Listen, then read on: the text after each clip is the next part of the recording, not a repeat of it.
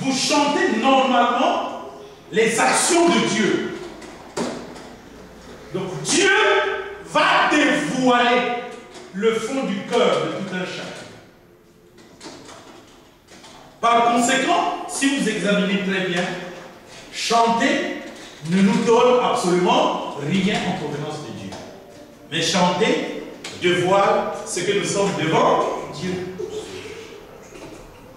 Il n'y a que jugement. Donc, discernement.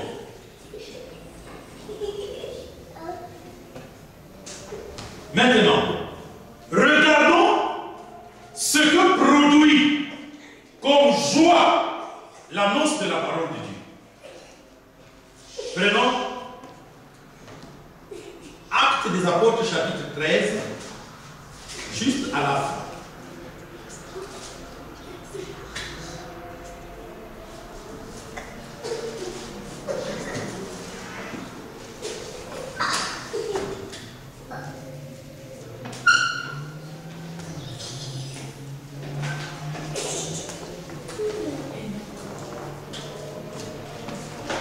Écoutez-moi bien, frère. Je vais faire une longue lecture. Et la longue lecture est d'une importance capitale parce que notre enseignement est fondé sur la parole de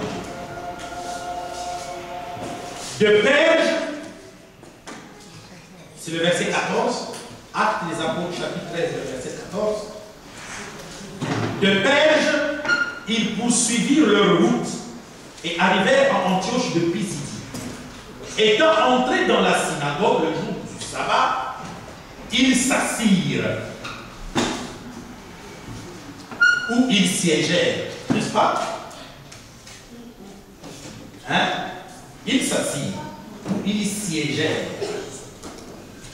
Après la lecture de la loi et des prophètes, les chefs de la synagogue leur envoyèrent dire: hommes frères, si vous avez quelque exhortation à adresser au peuple, parlez.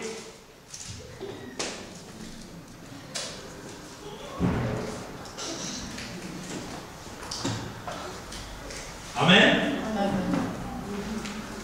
Voici pourquoi l'Église se réunit. Ici, on donne exactement le protocole de réunion d'une assemblée de l'Église. Qu'est-ce qui se passe? Les gens entrent dans l'Église, les gens s'assoient, il y a lecture de la parole écrite. Et il y a demande d'intervention de quiconque veut apporter une exhortation au peuple. Parce que le peuple s'est assemblé pour entendre la parole de Dieu et comprendre la parole de Dieu.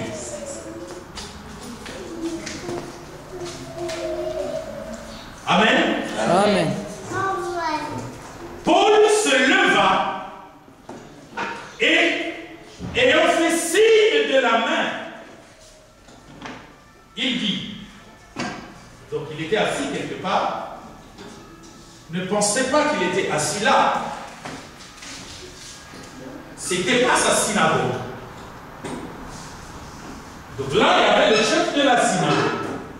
Et ils sont entrés, ils se sont assis là où tout le monde était assis.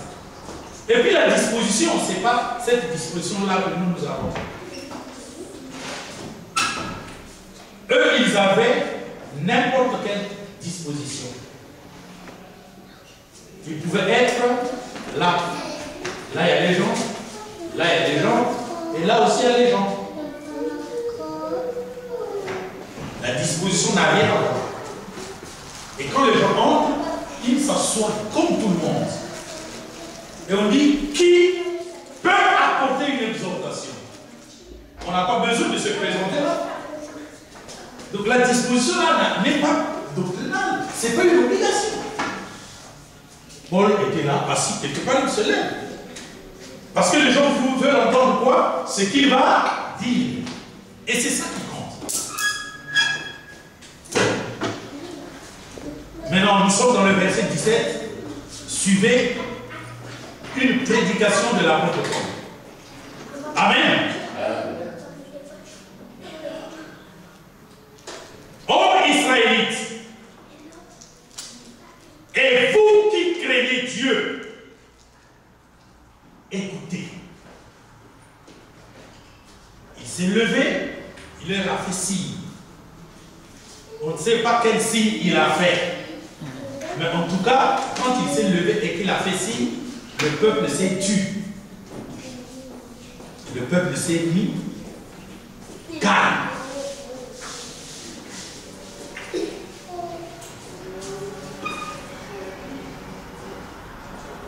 Et il va commencer. Hommes israélites, et vous qui craignez Dieu, écoutez. Le Dieu de ce peuple d'Israël a choisi nos pères. Il mit ce peuple en honneur pendant son séjour au pays d'Égypte.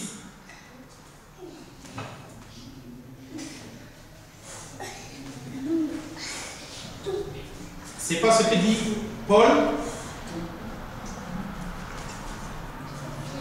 Il mit ce peuple en honneur pendant son séjour au pays d'Égypte, n'est-ce pas? Alors que nous savons qu'au pays d'Égypte, c'était un esclave. Un esclave. Pour Paul, rempli du Saint-Esprit, le fait que Dieu ait spécialement, par sa propre volonté à lui, mis les Hébreux en esclavage, c'est un honneur.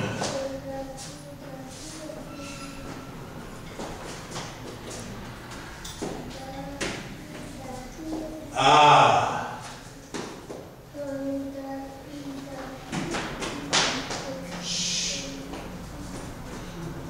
Amen. Amen. C'est la parole de Dieu.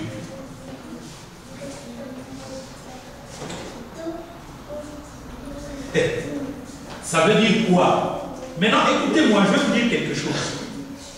Faites attention à la compréhension de la parole de Dieu. Cela ne veut pas dire que si vous souffrez et que vous n'avez pas de solution à vos problèmes, que c'est un honneur.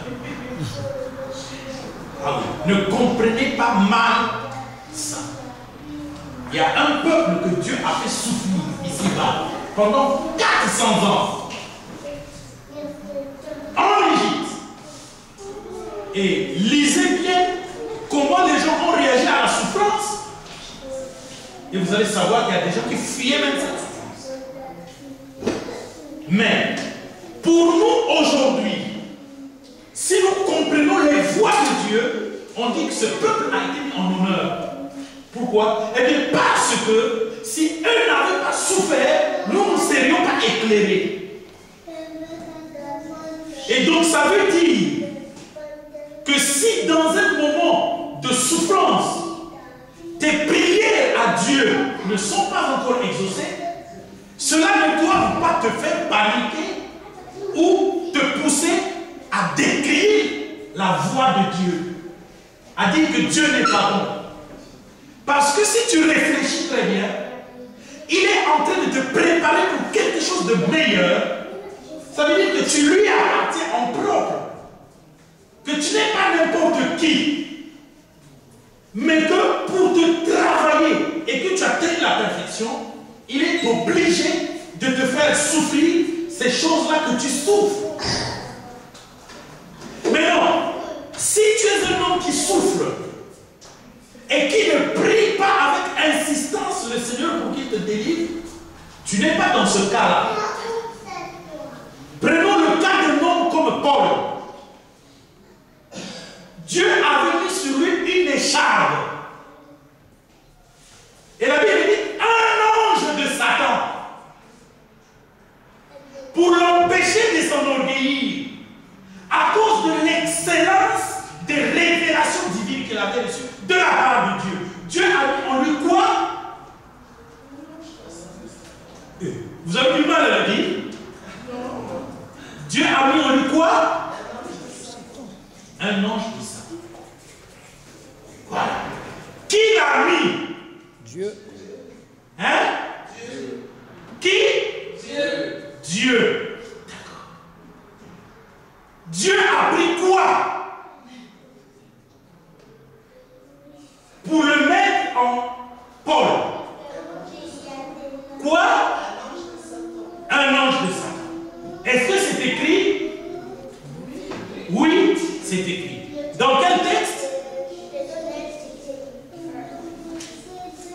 2 Corinthiens, chapitre 12, versets 7 à 10. C'est écrit.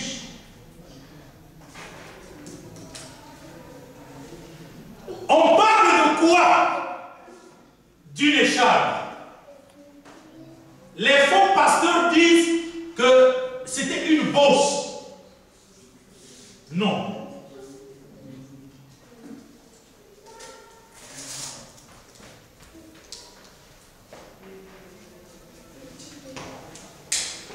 C'était pas une bosse. Parce que si c'était une bosse, alors Dieu se contredirait. Car la Bible dit dans l'Ancien Testament qu'un sacrificateur qui est hyperclus de pied ou un membre coupé ou un nez rallongé ne peut pas servir. Mais toutes les personnes qui disent non, c'était une bosse, en fait, ils veulent justifier que quelqu'un, par exemple, qui a une main comme ça, ou un pied, il peut faire l'œuvre de Dieu. C'est ça. Donc, ils veulent tout simplement détruire la parole de Dieu. Or, la Bible est très claire. C'est que quand Paul avait vu la lumière spirituelle, ses yeux s'étaient éteints.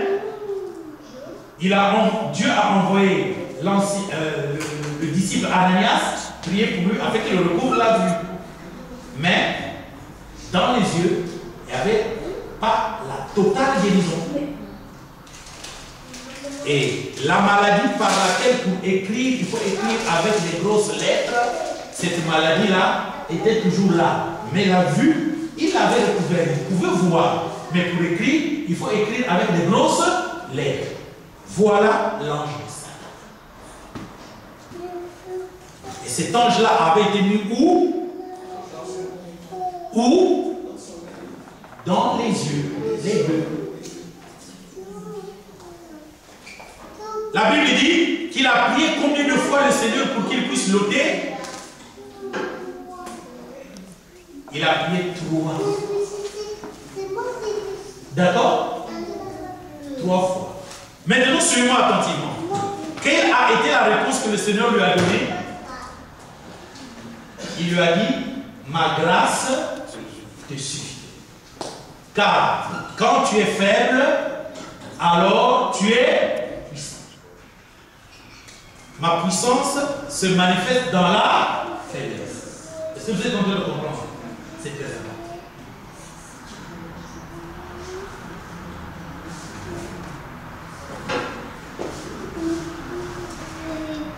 Le Dieu de ce peuple d'Israël a choisi nos pères. Il mit ce peuple en honneur pendant son séjour au pays d'Égypte et il en fit sortir par son bras puissant. Il les nourrit près de 40 ans dans le désert et ayant détruit 7 nations au pays de Canaan, il leur en accorda le territoire comme propriété.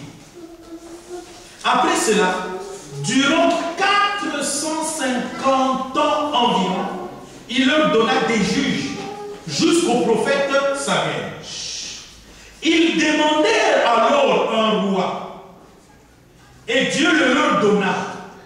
Pendant 40 ans, Saoul, fils de Kis, de la tribu de Benjamin, puis l'ayant rejeté, il leur suscita pour roi David, auquel il a rendu ce témoignage. J'ai trouvé David, fils d'Isaïe, homme accomplira toutes mes volontés. C'est de la postérité de David que Dieu, selon sa promesse, a suscité à Israël un sauveur qui est Jésus. Avant sa venue, Jean avait prêché le baptême de repentance à tout le peuple d'Israël. Et lorsque Jean achevait sa course, il disait: je ne suis pas celui que vous pensez, mais voici, après moi vient celui dont je ne suis pas digne de délier les souliers. Ô mes frères, fils de la race d'Abraham, et vous qui craignez Dieu, c'est à vous que cette parole de salut a été envoyée.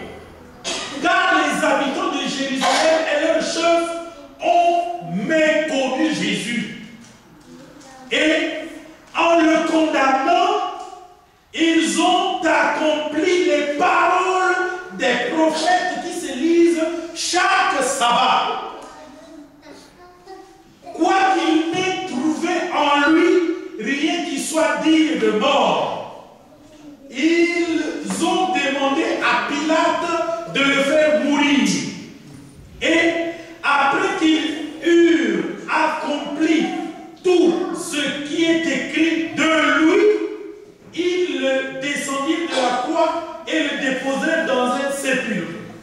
Mais Dieu l'a ressuscité des morts. Il est apparu pendant plusieurs jours à ceux qui étaient montés avec lui de la Galilée à Jérusalem et qui sont maintenant ses témoins auprès du peuple.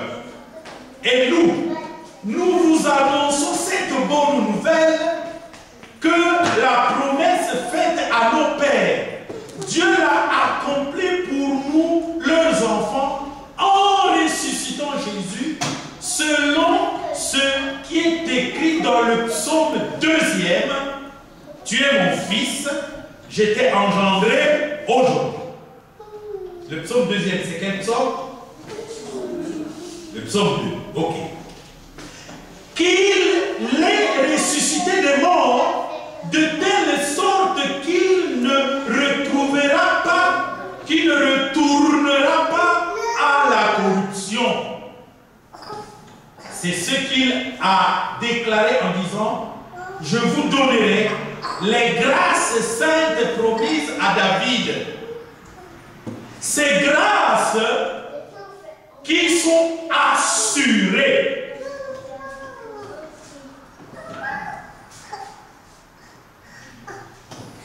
Vous voyez pourquoi, pour expliquer ce qu'est la grâce, on a pris l'exemple de David, n'est-ce pas?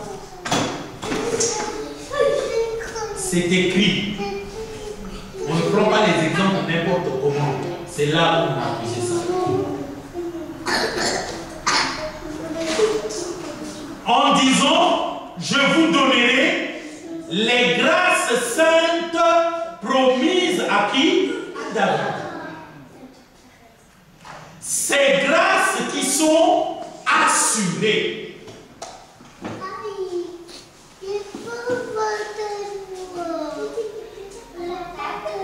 Amen.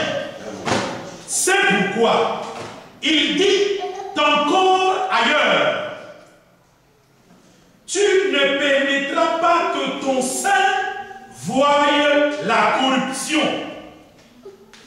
Or, David, après avoir en son temps servi au dessein de Dieu, est mort, a été réuni à ses pères et a vu la corruption.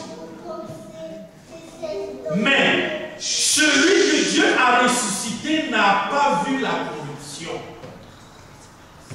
Sachez donc, ô mes frères, que c'est par lui que le pardon des péchés vous est annoncé.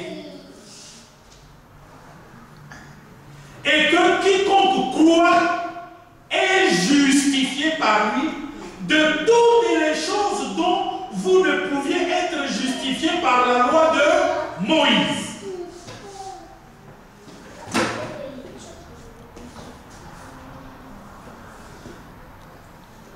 Est-ce que vous êtes en train de suivre cette parole?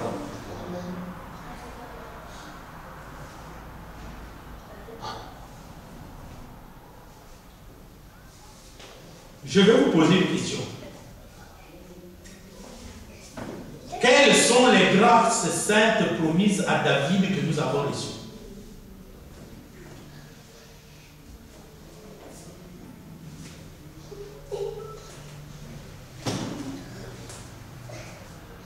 Par rapport à ce que nous venons de dire. La crucifixion. Oui. La crucifixion, oui. C'est une réponse à peu près juste. Quelles sont les grâces saintes qui ont été promises à David? Vous avez bien vu ici, on a parlé des grâces saintes, n'est-ce pas? Oui. Citez-moi les grâces saintes. Il y a la mort et la résurrection. Tout ça, c'est la venue du Saint-Esprit. Tout ça, c'est la crucifixion.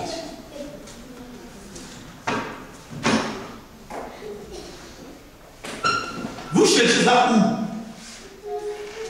Vous cherchez les grâces saintes où?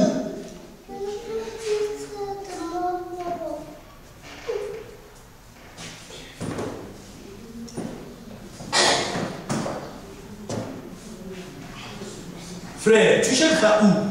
Dessous la table? Mais vous les avez là dans votre Bible, c'est dans votre Bible que vous devez me les piocher.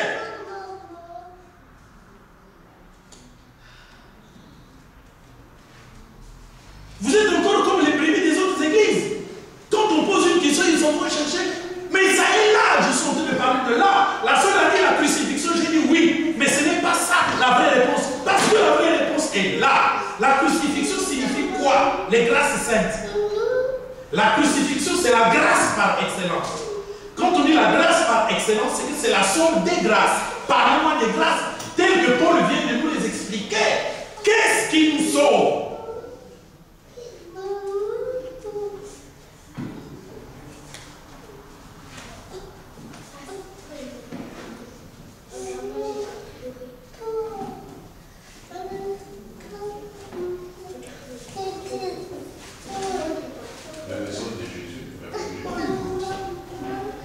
Vous ne voyez pas les grâces saintes là?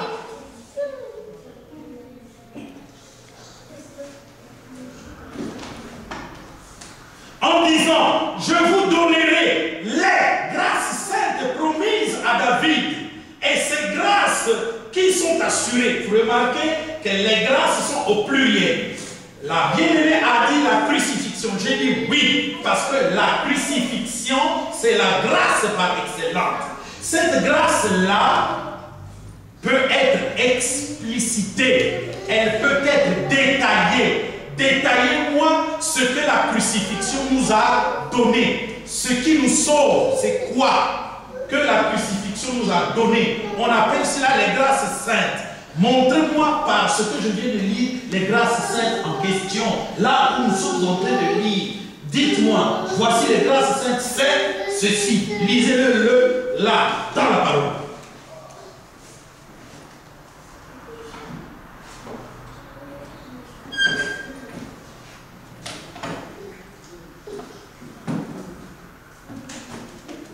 Écoutez-moi très bien. C'est pourquoi il est dit ailleurs, tu ne permettras pas que ton sein voie la corruption. Or, David, après avoir en son temps servi au dessein de Dieu, est mort, a été remis à ses pères et a vu la corruption. Mais celui que Dieu a ressuscité de mort n'a pas vu la corruption. Sachez donc, hommes frères, que c'est par lui que le pardon des péchés vous est annoncé. Et que quiconque croit est justifié par lui de toutes les choses dont vous ne pouviez être justifiés par la loi de Moïse. Alors, les grâces saintes, c'est quoi? C'est ce que tu viens de lire. Donc quoi? Le pardon des péchés. Le pardon des péchés. Et la libération de... La foi en Jésus qui justifie. C'est pas ça? Le pardon des péchés et la foi en Jésus qui justifie.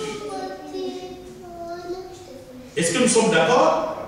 C'est ça qu'on appelle les grâces saintes. La crucifixion a produit deux grâces. Le pardon du péché et la foi en Jésus qui justifie. Ou la foi en Jésus qui sauve.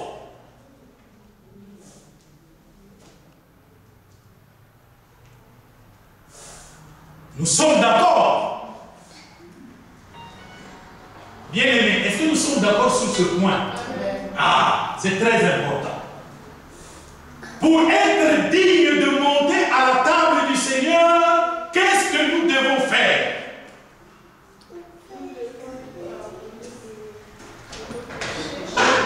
Nous avons été pardonnés à la croix de Golgotha. Nous devons croire en celui qui... Non. C'est à la croix de Golgotha, c'est les deux grâces. La sœur a dit, nous devons être pardonnés. Nous avons déjà été pardonnés. C'est-à-dire que, je ne dis pas que c'est faux. Non, c'est bien, mais ça doit être bien placé. Nous devons être justifiés en Christ. Oui, ça c'est quand on croit. Mais la première des choses à propos du pardon, comment on doit dire? Hein? Nous devons nous assurer le pardon de nos péchés. Si tu t'assures, c'est-à-dire tu examines en toi et tu rends propice, vivant le pardon des péchés, tu peux monter à la table du Seigneur. Et deuxièmement, tu dois assurer ta foi en Jésus. Comme quoi, pendant que je monte, je vais trouver mon salut là, à la table du Seigneur. Guérison pour moi, miracle pour moi, exaucement pour moi, là, à la table du Seigneur. C'est pas ça. Celui qui croit est justifié. Il est rendu juste. La foi fait que nous soyons appelés justes. La foi. Ce que la loi ne pouvait pas faire.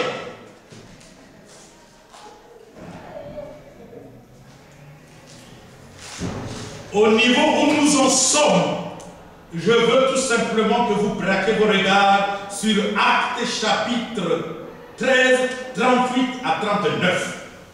Ne me regardez pas, regardez l'écriture que vous avez là. C'est fondamental. Voilà ce que Dieu nous donne à la table du Seigneur. À la table du Seigneur. Il nous assure. Assurer ici a le sens de réassurer. C'est quoi une assurance maladie?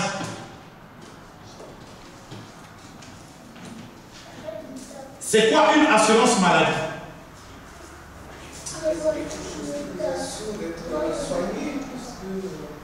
Voilà. Pour qu'il y ait une bonne compréhension, ne me piégez pas en utilisant mes mots. C'est quoi une assurance maladie? Remplacez assuré par un autre mot. Sinon, je ne vous l'aurais pas posé la question. C'est la certitude. Oui, la certitude. Il y a un mot qui est plus propice, qui fait mieux comprendre. Une assurance maladie est une garantie comme quoi, quand je serai malade, je serai pris en compte. Une assurance maladie. La table du Seigneur, c'est l'assurance du pardon de nos péchés. D'accord? C'est-à-dire que c'est pour vous répéter, pour vous redire, pour vous garantir qu'à la croix de Golgotha, il était réellement mort pour vos péchés. Et comme il ne peut pas mourir deux fois pour vos péchés, il remplace quelque chose qu'il ne peut pas souffrir deux fois, mais que vous pouvez prendre à la table aussi. Et donc, quelqu'un qui est monté ici le samedi passé et qui vient ici ce samedi en désordre, je crois qu'il n'a rien compris à voir ça. C'est là où je veux en venir.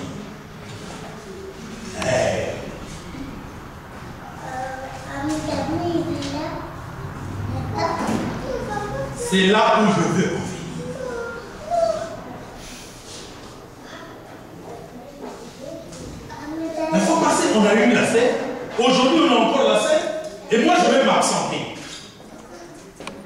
Frère, je ne comprends pas votre spiritualité.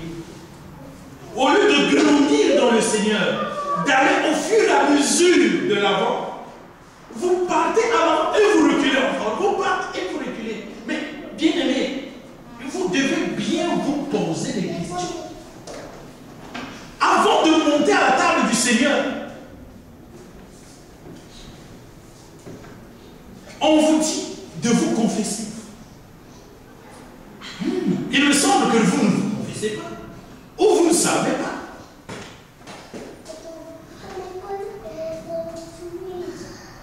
Vous ne savez pas. Bien aimés, nous commençons à vous montrer la différence qu'il y a entre une vraie église et une fausse. Dieu m'a toujours béni. Je ne fais pas la différence d'une vraie église et d'une fausse en regardant les autres églises. C'est tout simplement en prenant le peuple qui est juste là en face de moi et en vous faisant faire la différence. Frère, quelqu'un qui craint le Seigneur ou qui a l'amour pour Dieu, il monte à la table du Seigneur pour devenir meilleur. C'est pas ce qu'on a lu. La fois passée, n'avions-nous pas lu cela? Si, on avait lu. Ne vous dis-je pas que vous devez lire votre Bible? Moi, à votre place, au courant de la semaine, j'aurais relu ce texte-là qu'on a lu. Et je me serais examiné.